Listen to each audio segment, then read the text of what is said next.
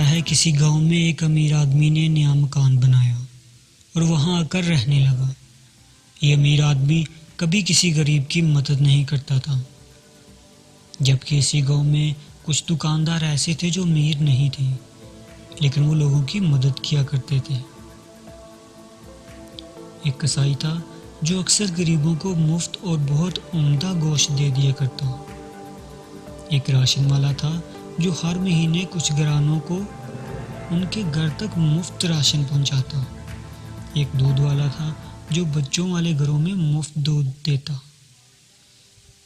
لوگ مالدار شخص کو خوب برا بھلا کہتے ہیں، دیکھو کتنا مالدار ہونے کے باوجود کسی کی مدد نہیں کرتا، اور یہ دکاندار بیچارے خود سارا دن محنت کرتے ہیں لیکن پھر بھی غریبوں کا خیال رکھتے ہیں۔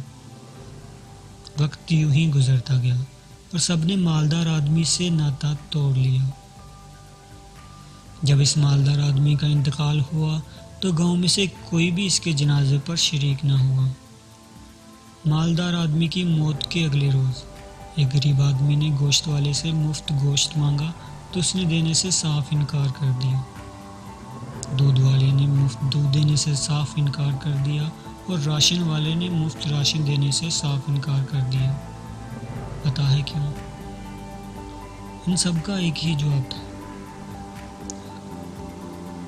اب تمہیں یہاں سے کچھ بھی مفت نہیں ملے، اب تمہیں یہاں سے کچھ بھی مفت نہیں مل سکتا، کیونکہ وہ جو تمہارے پیسے ادا کیا کرتا تھا اب دنیا سے چلا گیا۔ تو ناظرین، کبھی بھی کسی کے بارے میں خود سے فیصلہ نہ کرو، کیونکہ تم نہیں جانتے کہ کسی کا باطن کتنا پاکیزہ ہے۔